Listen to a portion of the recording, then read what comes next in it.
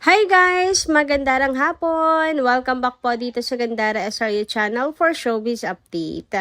Andito na naman nga po akong muli nagbabalik. Ang nagmamaganda ninyo kachismosang Kim Pao, wala na nga pong iba, ang lokaret na si Gandara SRU upang magatid po sa inyo ng latest update and fresh happenings patungkol kina Kim Chiu and Paolo Avellino. And para nga po sa hapong ito, ang tatalakayin natin at pag-uusapan ay mayroon nga pong kinalaman dito sa pangako ni Paolo Avellino, mga kakimpaw, na kanya na pong tutuparin di umano bisa na sagap nating balita ngayon sa concert nga po nila Kim and Paolo. Bukas, grabe, sobrang excited na po ako at kaya naman tumutok lang po kayo hanggang dulo ng ating update. Mamaya at pag-uusapan po natin ang mga bagay na yan. Pero syempre bago po tayo mag-start, sa mga hindi pa nakaka-subscribe sa ating channel, pakiclick lang po tayo na ating subscribe button at notification bell na nariyan po sa baba upang kayo po ay maging updated at ma-notify tuwing may bago tayong chika at balita hinggil sa Kim Pao. Basta mga balita na may kinalaman kina Kim Chiu and Paolo Avellino, sagot na nga po natin yan. And unahin na nga po natin pag-usapan na ngayong hapong ito ang tungkol po dito sa naging rehearsal nila Kim and Paolo bago nga po sila lumipad ng US kahapon, mga ka-KP. Sapagkat mayroon nga po ditong bitter, mga kakimpaw, na sinasabing pang promo lang talaga ang Kim Pao kasi napakalayo ng Kim Pao in real life sa pinapakita nila sa camera. Tulad na lamang daw ng pinakita ni Kim Chiu sa Discord. Sabi dito, ito yung Kim Pao na pang may camera versus Kim Pao sa Discord. Nakaka-post lang ni Kim. If walang ibang nakakita, kanya-kanya. So mukhang bisihan nga po si Paolo Avellino noon na para bang meron po siyang importante na ginagawa sa kanyang phone, mga ka-KP.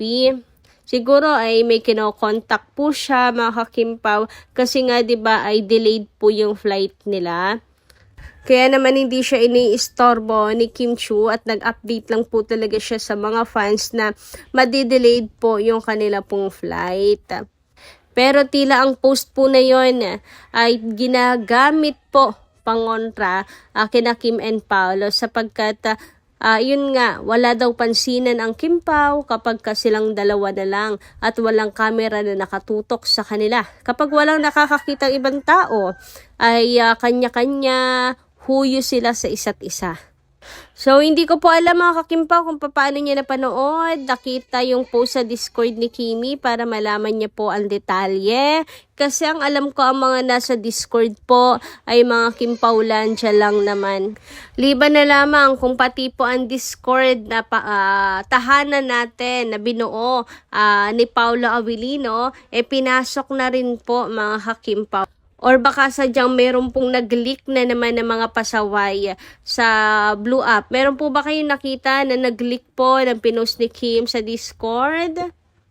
Pero kung nakapasok po ang ilan ng mga bashers sa atin pong tahanan, I believe na talaga ako sa determinasyon ng mga to na hanggang sa atin pong tahanan ay may gusto pong mag-espiya, mga kakimpaw. Kasi yung iba po natin mga kakimpaw, legit, hirap na hirap pong makapasok doon. Pero sila nagkaroon ng access. Aba, magaling. Diba, marami po sa ating mga ka-KP ang hirap na hirap pong makapasok at gustong-gusto pong pumasok po sa Discord kasi nga gusto rin nila makita mga payuda nila Kim and Paolo, pero sila ganun-galon na lang. Exclusive pa man din po iyon para lang sa mga Kimpawlansya. Anyway, hindi po totoo, mga kakimpaw, na sila Kim and Paolo ay huyo sa isa't isa kapag wala na pong camera.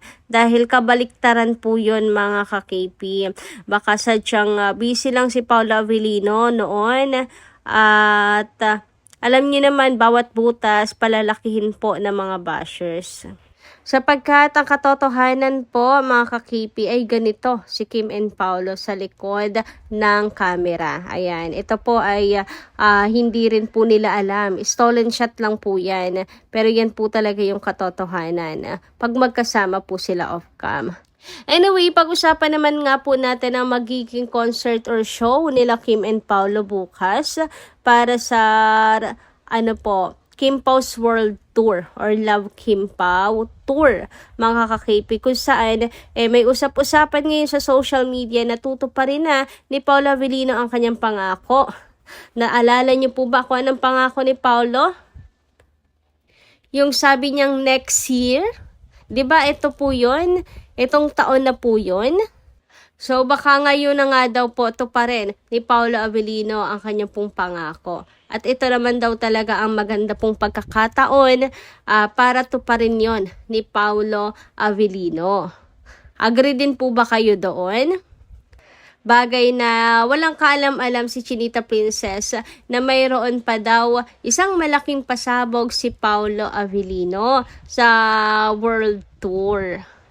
Na pati nga po kay Kim ay sorpresa din po yun, mga ka-KP. So anong klaseng ano po kayo yan sorpresa ni Paolo Avellino?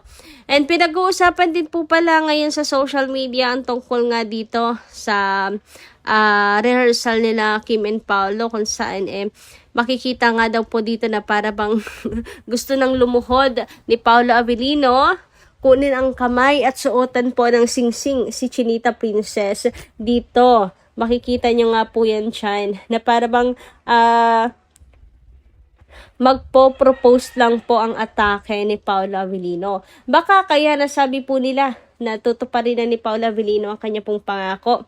Nako, hari nawa, magkatotoo mga kakipi. Tama nga, perfect timing po yon para sabihin, para tuparin ni Paolo ang pangako sa mga fans. Hari nawa ay totoo nga mga kakipi, para lahat po tayo ay masaya, di ba?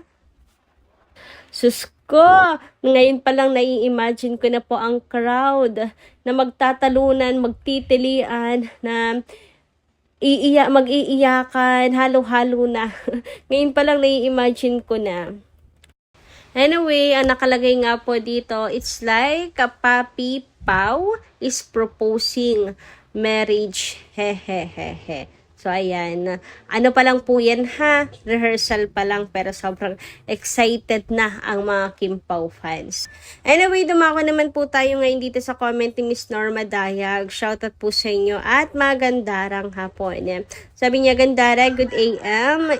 Yes, that's life situation of Kimi. Serves as an inspiration to be persevere in all her trials in her life. This is an opener to her to work in order to uplift their way of life. Now Gandara, she is now the rags to riches, coupled with her prayers and good deeds and perseverance in order to achieve her desire in life. Kim is in every tier a victory. In every tier a victory. So, what now, bashers? Are your idol looks like Kim's personal life? That she is so much blessed cause God rewards those who are doing good and punishes the wicked. To all my camarader as a senior who goes with our loved idol Kimi, palakasin pa natin yung pagdarasal sa dalawa. Kaya lang Gandara, naiinis ako dito kay Marting Machika. Siguro, walang Diyos ito. Artist. Sarili niya ang Diyos. Kasi, sabi ba niya sa vlogs niya, na kahit paluhod pa kaming magdodobena sa baklaran, ay hindi magkakatuluyan ang KP. Kasi, by 2027, ilalabas na ang tunay na babae sa buhay ni Paolo. At eto pa, sabi niya, midnight daw.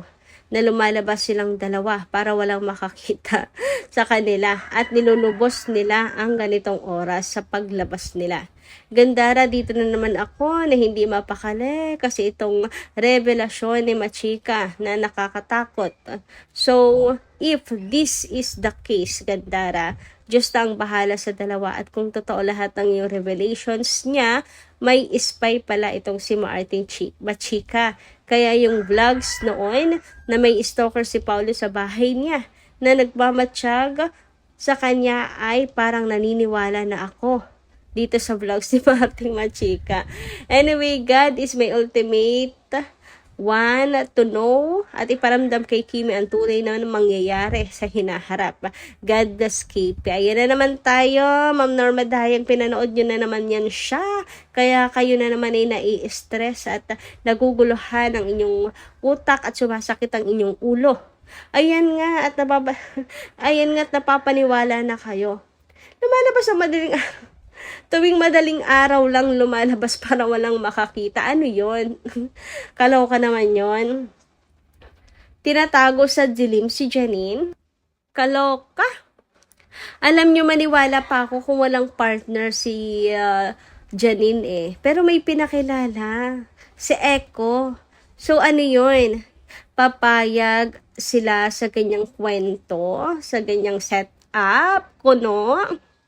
If magjowa si Paulo at si Janine, papayag siya na mag-travel yung dalawa ni Janine sa ibang bansa tapos lagi nang naka-swimsuit itong si Janine.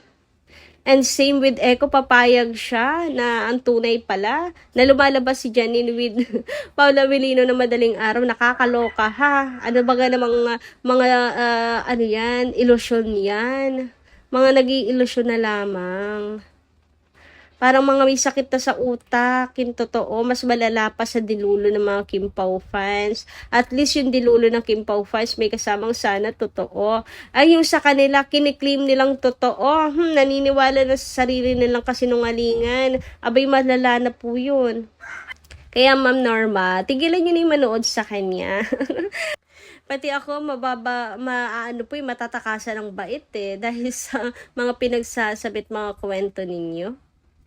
Ay, nako, nakakaloka. Anyway, bago po ako tuluyan na takasan ng bait, paalam na po muna at hanggang dito lang muna ang ating update. Maraming salamat po sa inyong pakikinig. Kita kasi po muli sa mga susunod natin, chika. Maraming salamat at ingat po kayo palagi.